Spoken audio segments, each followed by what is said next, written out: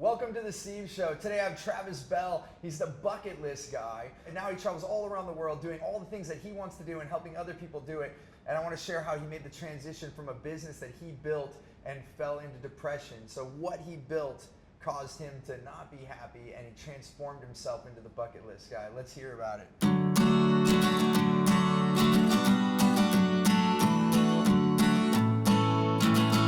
Well, I'm so excited to have you on the show, Trav.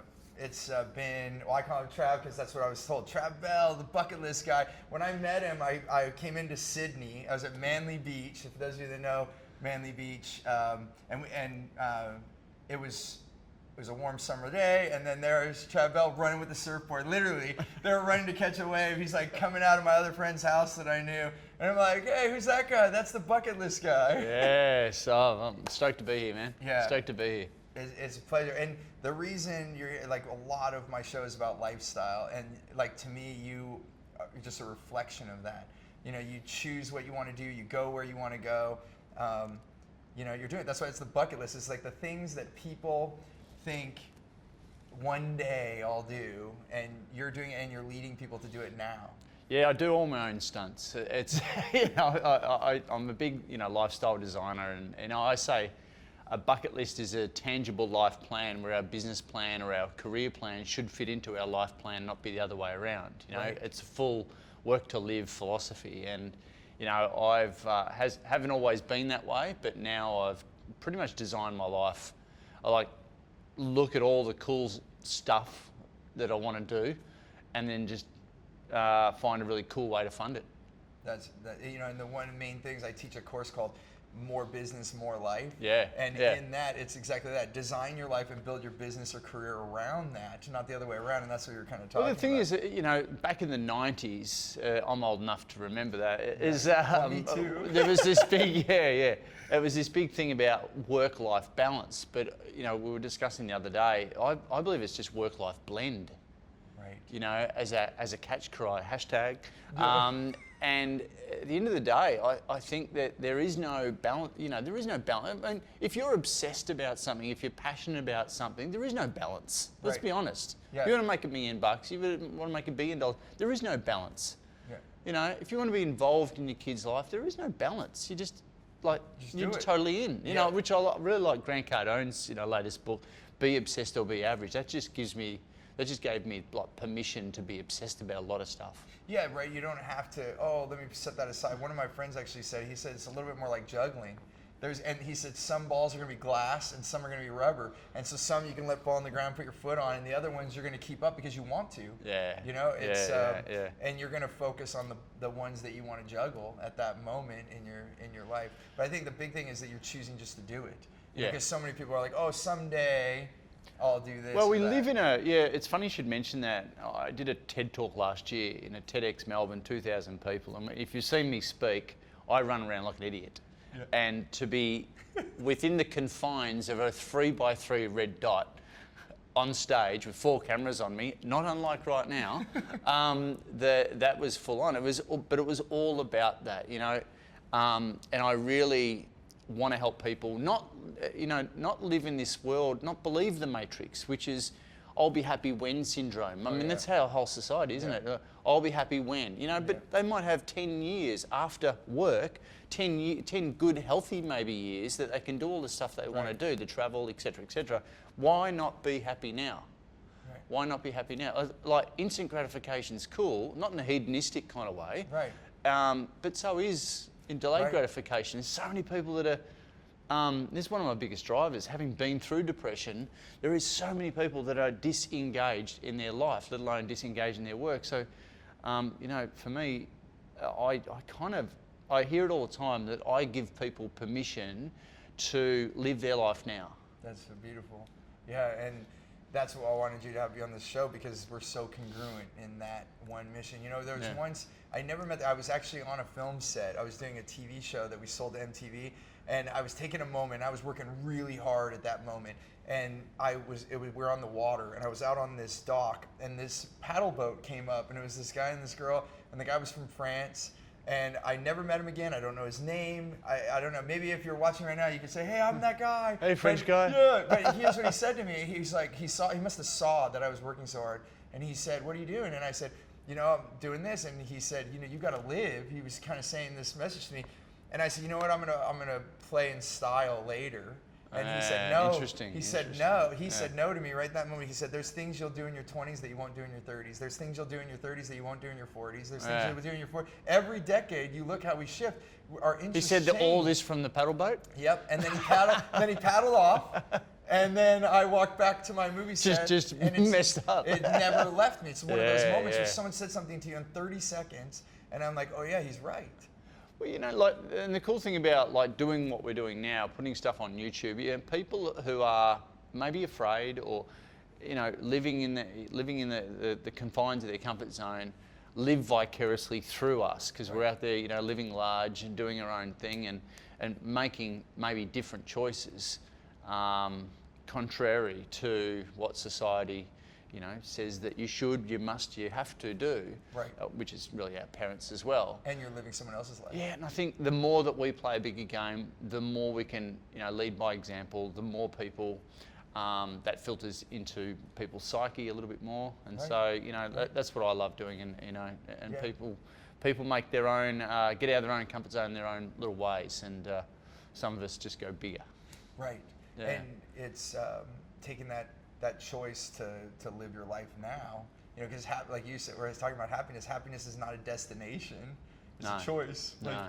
you can live in that, and I like to slow down on that moment of change. So if you go back to before you were the bucket list guy and living the way that you are now and all of your joy, what was going on with that, Travis? No, easy. I've actually never had a job in my life. I literally came out of university doing a physical education degree. Okay. Well, in my third year of university, I started doing this thing called personal fitness training back in the 90s when it was just starting in Australia. Right. So I was one of the first personal trainers running around Melbourne in Australia. And I started that business, grew that business, franchised that business, to a chain of personal training studios around Australia. Wow. So I was a franchisor. Got it. And I love working with people, getting them results. And we did, that business did like 2 million personal training sessions, tens of thousands of, clients and families, Wow. 300 people working for me in that business. And as a result, but I grew that into a bit of a monster. There's some legal battles going on, not big ones, but just ones that did my head in on a day-to-day basis. And for about 3 years, I was pretty unhappy. They say the ladder of success was up the wrong wall. Yeah, but I built the bloody thing. Yeah, that's like, yeah. And so I kind of, I had the opportunity to go, all right, drop the ego and just change. And I love the INTERACTIVE personal training, don't get me wrong. But I just backed myself into a corner that I wasn't happy with. And so relationship breakdowns, money issues, blah, blah, blah. I just had to make that change. I slipped into depression as a result. Found myself doing so much self-help seminars, hugging it out and high-fiving every weekend. Wow, you know what I mean? You chose that. Walking on fire, taking arrows, all the stuff. The stuff you do. All the stuff you do in personal development. You've done it all. Oh, yeah. Yeah. So, and it was in one of these seminars that we partnered up, and I tell my story, she told her story. My partner, her name was Deb. So I'm like, yeah, I've got this big business, and really, like, when I look back on it now, and I'm telling it to you now, I was like, dude, what are you complaining about? Right, like, how right. hardcore? But our own perception is our own reality. Right. I was in a pretty dark space, and so I shared my stuff, and crocodile tears, and then Deb said to me, oh, that's well and good, Trav. I just had a hysterectomy, and now I'm cancer free. And I went, oh, what am I bitching about? Right. So it was that, and at the same time, an internet marketing guy who was helping us with some marketing, he said, all this stuff you're going through, Trav, it's going to make an unbelievable story when you tell it from stage one day. You're going to be able to look every entrepreneur that you know in the eye and know exactly where they are. Right. And I went, and he didn't even know I did public speaking. Right. It's like the French guy. Yeah, I know. He's my French paddle guy. Everyone has a French paddle guy. You gotta look out for him. Who are these Yodas? And so he said that. And the third thing, a friend of mine gave me this book called Happier by Tal Ben-Shahar, who's a positive psychologist. And she was basically saying, look, you miserable prick, here's a book on happiness. Right. Read it, you're bringing everyone down. And in that, there's this MPS process that's really cool. 3 intersecting circles. What gives you meaning? What gives you pleasure? And what are your strengths? In the middle is your calling. So I did this exercise, put a lot of time into it, and I got motivational speaker. Wow. I'm like, whoa, great, that's my calling. And so I'm like, whoa, I want to insert hand gesture. But, you know, at the end of the day, I used all this and I learnt a lot of stuff about personal development in that space, NLP, blah, blah, blah. Right. And so and someone said, you should put on a seminar. And I went, all right, why not? Why not? So I put on a 3-hour seminar. About halfway through the seminar, I started talking about my list to do before I died, the one that I had since I was 18, actually written down. So you already had this? I already had a list to do before you die. It wasn't called a bucket list or anything like that. And I started sharing that with the group. There's 40 people in the audience. Mum and Dad, the little champions, were at the back going, what the is he doing now? You know? Yeah. And so as a result, I said, look, I've got this list. It just made me get out of bed every morning. And wherever I went in share accommodation, I had this little blue list, you know, always written down. And I said, who else has got one of these lists to do before? And everyone was like, no, and no one. So I said, well, what would you love to do? And then the room went crazy. It was a pretty crap seminar, to be honest, up until that point. And then at the end of it, one of the people in the audience said, oh, has all this list to do before you die, so this is like a bucket list. You're like the bucket list guy. And I went, and that night I went home, richardthebucketlistguy.com. Done. But what's even worse, this is spoiler alert, is I was on the Google machine, you know, going, all right, who's like the Mac Daddy, who's like the king of bucket lists in the world? Oh look, no one. So I called myself the world's #1 bucket list expert. Perfect. Boom. And you know, it's kind of sad and happy. It was like happy for you to launch this, but it's so sad that no one else is doing this, and that everyone had their hands down because no one. That's the whole thing. It's surprising how many people. You just assume that people are living their life and they choose happiness rather than, but they're not, as you know. Like and we're talking. And you've been doing this how many years now as the bucket list? About 7, 8 years now. 7, 8 years, and you're just scratching.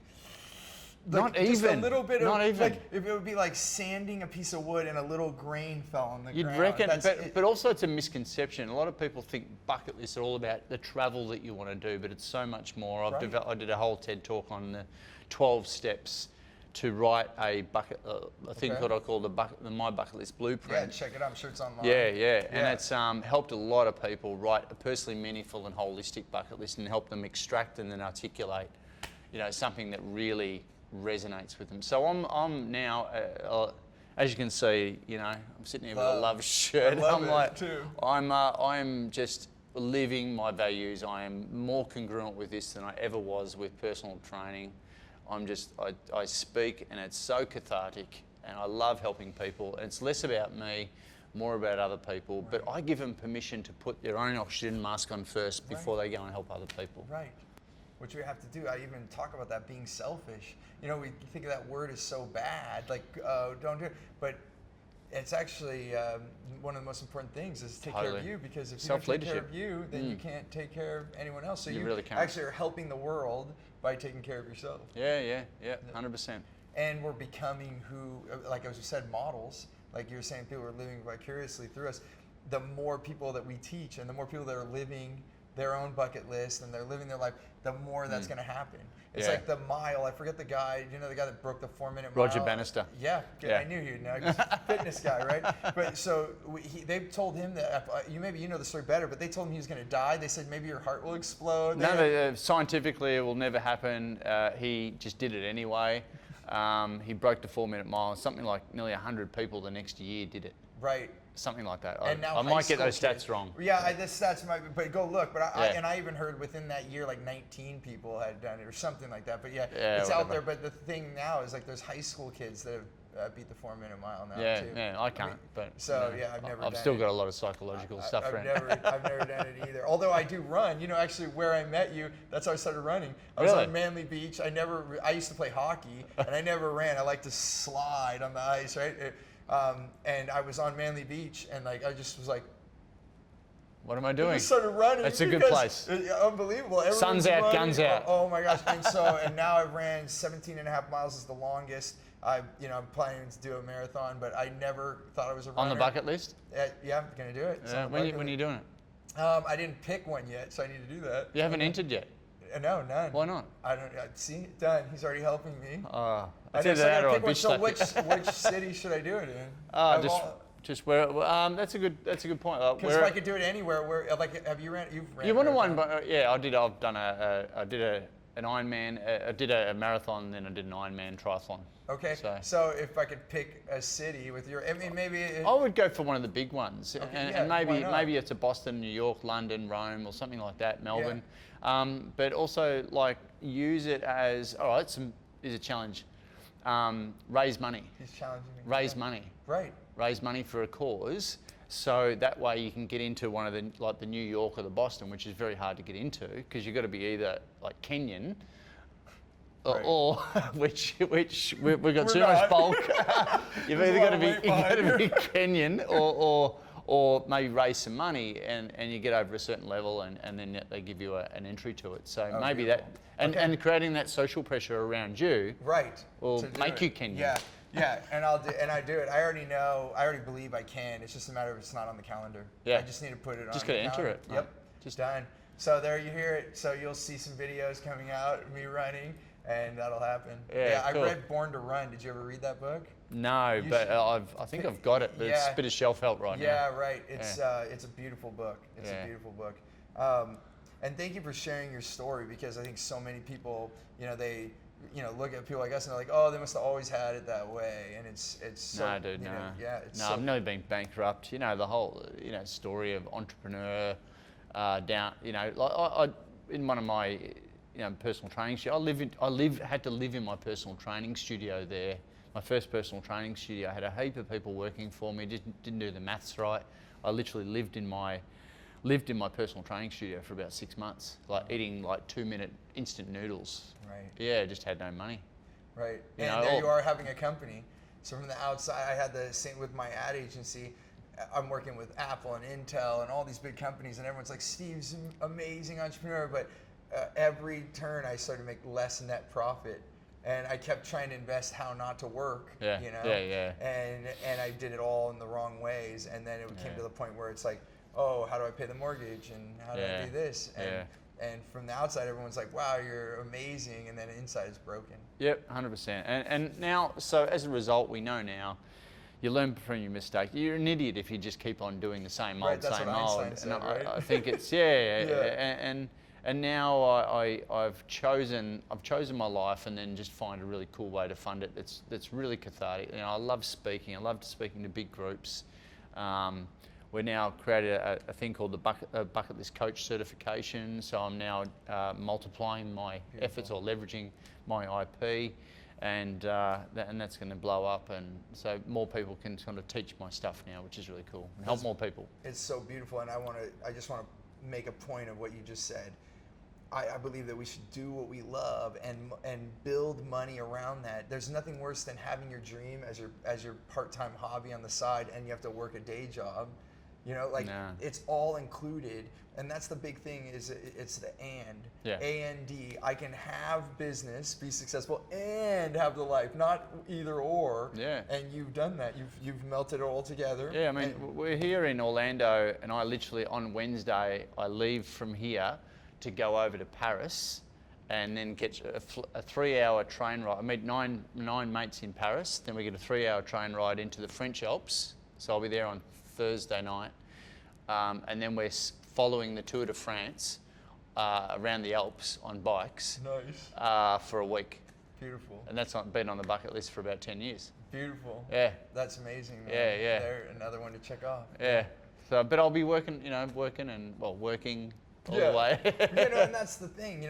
I tell people, I'm doing things like this is work right now. Yeah. We're sitting here, but there's not one part of me that woke up and said, "Oh, I have to do an interview." No. I'm like, let's do this. Yes. So I know we could swap stories all day, brother. I'm curious if you and I, this is our last time that we were going to see each other, and you could tell me one thing to make a difference in my life, like what would be the one thing that you would? With your attitude, go out and help as many people as you possibly can with the time that you've got. Right. That's our Muhammad Ali said. The service we give to other people is the rent that we pay on earth. Right. It is like a responsibility. I feel that with everything. Like pretty much right now, I could do pretty much anything I want, and I take that with a responsibility. Like I feel grateful for it, and now I want to help as many other people have that. And you're kind of like probably like me, mate. I'm not. I was, but I'm not now. I'm like a full-on minimalist. Like I don't have a lot of stuff. I'm not. I love nice things if I find them, but I'm not like I don't buy a heap of stuff. And I got no ego around anything. Yeah, it's beautiful. And that was a big shift for me, and that was a lot of work that I had to do around my own ego. Is just looking, and I made ego-based decisions in the past that didn't help. Right. And so I've just dropped a lot of that, and I really don't care what people think of me. I'm a 44-year-old man with a freaking mohawk, dude. Like grow up. Right. But why? But why? Yeah, that's it. But then I speak at some of the biggest conferences in the world, to the Australian Stock Exchange, through to mining companies, through the C-level executives, and I rock up like this. Yeah, it's awesome. And I try not to swear, but I'm just like myself, and I'm pinching myself, just going, like, they're paying me to do this. Right. This is just like, what? Right. And I'm getting more and more into myself as I go along too, which is just, that's the holy grail. And I wasn't always that way. Like part of me, I was like getting bigger houses when I had my other business and all those things. And my wife and I decided we wanted to live more. Like you have all those things, it's almost a bit of an anchor sometimes because it's like holding you back. Like the money we're spending on that, we could go spend on the bucket list, what we want to do in our life. And until about a year ago, we've been living in small spaces, and even like to live right on Queens Cliff, we chose that was a smaller place. Yeah. And all of our family was together, and we didn't even believe we could do that. Yeah. We always everyone had their own room, and my kids all shared a room, but we were like on the beach every day. We were like 1 minute to Manly Beach right there. And just in the last year, I did gain a big piece of property, but it has a mission of bringing people there to train them. So it's all congruent. So there are more things coming into my life, but it all has purpose. It's not just a habit anymore. Yeah, that's it. It's everything's got to have value, and a purpose. Yeah, for sure.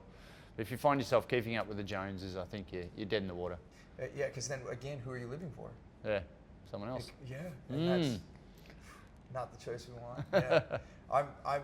I'm so excited that you came on the show, and what I do with the viewers, I'm sure you get the same, is like when I hear back from people how, what the aha moment or the wow moment, it helps get me up every day to hear like, hey, we keep helping.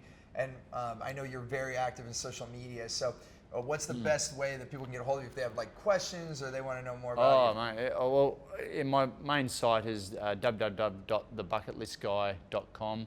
I'm at Trav Bell on Instagram. Seem to be doing a lot of Instagram. Oh no, it changes every month, doesn't it? And Trav Bell the Bucket List Guy on Facebook, and whatever your drug of choice on social media. Right, whichever one you want. We'll put it on there. What I'll do is I'll put all the links there, and both of us are active, and we want to hear from you. Definitely. So please let us know, because even the questions that you ask make the next episodes. Yeah, and what I love about what I do now, like every single day, dude, I get sent from going out and speaking, I get sent videos and photos, and I'm tagged in stuff of people doing their bucket list all around the world. So, tag us both into things that you're doing, and like celebrate successes with us. That's it. Yeah, that's it, because the brain doesn't know the difference between a big success and a small success. So the more successes, period. If you brush your teeth in the morning, a success. Yeah. The more successes you have, the more your mind starts saying a success, and sharing it with all of us just even lifts So it up important. more. Yeah, it's so important. Yeah. It's beautiful. And what?